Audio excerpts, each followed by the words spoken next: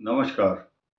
मकर राशि पर विशेष ग्रहों की चर्चा इस बात का परिचायक है कि मकर राशि के लिए नए नए समीकरण, नए नए ग्रहों के आगमन से मकर राशि का व्यक्तित्व एक्स्ट्रा ऑर्डिनरी हो रहा है और होगा।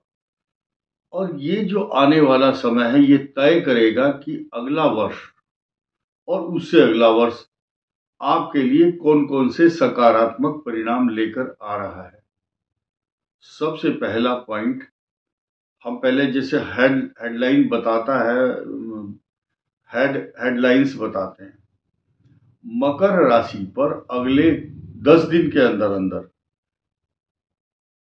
एक नया समीकरण आएगा और उस समीकरण का सीधा सीधा अर्थ आपके बृहस्पति और शुक्र से होगा, बुद्धि स्थान से और आपकी पर्सनालिटी से, क्योंकि शुक्र का परिवर्तन आ रहा है मकर राशि पर।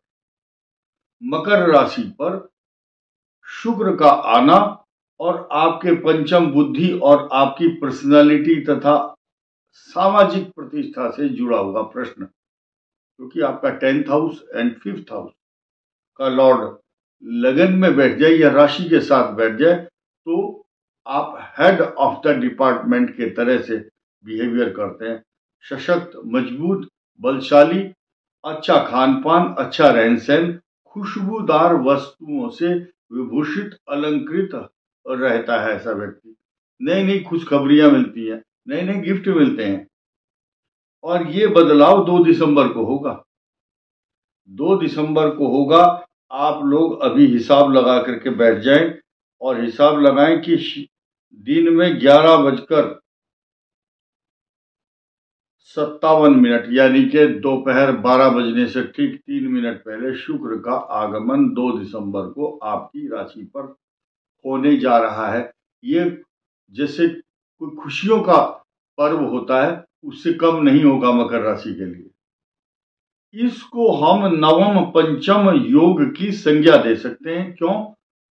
क्योंकि बृहस्पति और शुक्र का नवम पंचम योग बनेगा। नवम पंचम योग दो ऐसे ग्रहों का जो कि परस्पर शत्रु माने जाते हैं, लेकिन दोनों राजा हैं, गुरु हैं दैत्यों के और देवताओं के। यहां तक तो बात बिल्कुल ठीक है। फिर भी एक दूसरे के प्रति सम्मान व्यक्त करते हैं और देते हैं, और ये एक रीति, नीति और प्रीति है ग्रहों की।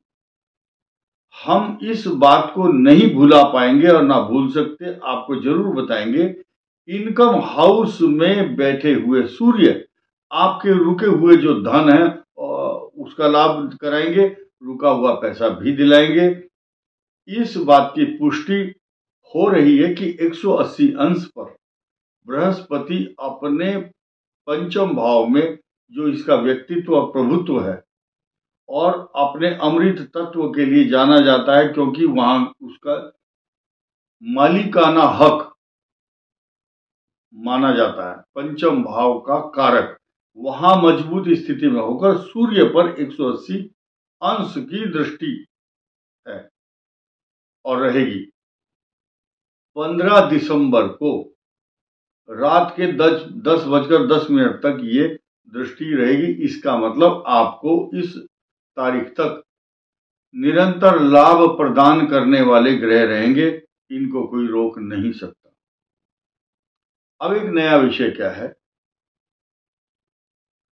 कि अक्सर हम देखते हैं, ये सौभाग्य कहो, मार्गशीर्ष मास शुरू हो रहा है, इसको बोलते हैं चांद्रमास, चंद्रमा से चलता है, और सौर मास, इन दोनों की का एकदम पैरेलल साथ साथ चलना, ये इस बात का द्योतक है कि जो तारीखें और तिथियां हैं ये आपके ऊपर बहुत जल्दी ही और अच्छी तरह से प्रभावी इसलिए होंगी क्योंकि इनका जो गणित है संक्रांति के हिसाब से वो एकदम सकारात्मक और साथ साथ चल रहा है। जबकि ऐसा बहुत कम देखने में आता है। मार्गशीर्ष मास का पहला दिन, चांद्रमास का पहला दिन, वृश्चिक राशि पर सूर्य का पहला दिन, और इसका एंड कब होगा? मार्गशीर्ष मास की पूर्णिमा को लास्ट वाले दिन, उसी दिन पूरा एक महीने सूर्य के 30 अंश पूरा करने के बाद धनु राशि में प्रवेश करने वाले सूर्य का जो पदार्पण होगा वो धनु राशि में होगा। ये एक बहुत ही सकारात्मक भाव माना जाएगा, क्योंकि धनु राशि पर जो मकर राशि के से 12th पड़ती है, वो 12वें भाव में सूर्य होने से आपको यात्रा के योग बनाएगी, धार्मिक यात्रा भी कराएगी, खर्चा भी कराएगी, आलस्य भी, नेत्र पीड़ा भी।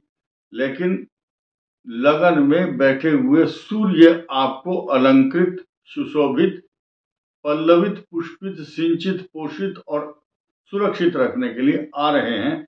और इस दौरान आपका अच्छे अच्छे बड़े बड़े समारोह में जाना और उसमें सम्मिलित होना और उन खुशियों को बांटने का पर्व होगा आपके लिए। साथ ही साथ हम अब इस बात पर चर्चा करते हैं कि आपके सप्तम भाव में मंगल जो नीच राशि में अभी हैं, उसका आपके लिए चिंताजनक होना एक सामान्य सी बात है, क्योंकि आपके जीवन साथी के लिए कष्टकारक है। अगर आप महिला हैं तो पति, पुरुष हैं तो पत्नी के स्वास्थ्य को लेकर अच्छे परिणाम अभी अगले 15 दिसंबर तक तो सूर्य है आपके 12th हाउस में, लेकिन मंगल का जो प्रभाव है ये आपके लिए 21 जून 2025 तक कुछ कष्टकारक रहने वाला है। चिंताजनक बात यह है कि इस पर गुरु की दृष्टि नहीं है, एक पाद दृष्टि है। अगर मकर राशि के जातकों के सप्तम भाव में कोई पहले से ही जन्म लगन में पाप ग्रह है तो ये स्थिति कष्टकारक होगी, अन्यथा बहुत डरने की और घबराने की आवश्यकता नहीं है। अब हम यहाँ दो योगों की बात करते हैं, सूर्य और शनि का, इसको बोलते हैं 4-10। चतुर्थ और दशम का जो योग बना हुआ है, यानी कि आपके इनकम हाउस पर जो आपके धन स्थान पर शनि है, यानी कि सूर्य से चतुर्थ शनि और शनि से दशम सूर्य, ये पिता पुत्र का चतुर्थ दशम का जो योग होता है, इसको इसीलिए यहाँ उल्लेख किया गया, इसका वर्णन किया गया है, क्योंकि ये अच्छा नहीं माना जाता। लेकिन यहाँ हम इसको पॉजिटिव वे में कैसे लेंगे कि शनि की इनकम हाउस पर दृष्टि है, तो रिसोर्सेज ऑफ इनकम शनि अपने हिसाब से देगा, सूर्य अपने हिसाब से आमदनी का स्रोत बनाएगा, और बृहस्पति की इनकम हाउस पर जो सूर्य पर दृष्टि है उसके रिसोर्सेज ऑफ इनकम का जरिया, स्रोत, वो अलग प्रभाव दिखाएगा।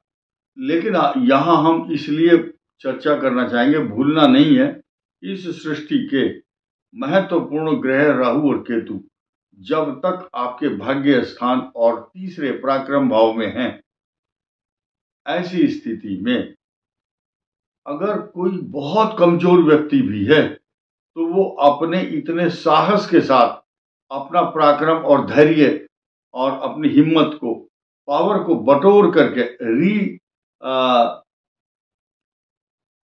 रिसाइकिल नहीं कहेंगे, यहां हम इसको कहेंगे रीस्टोर करना, अपने एकाग्र चित्त कंसिस्टेंसी के साथ जिस कार्य में संलग्न होगा उसको पूरा करके ही मानेगा। इस वीडियो में इतना ही। धन्यवाद, नमस्कार।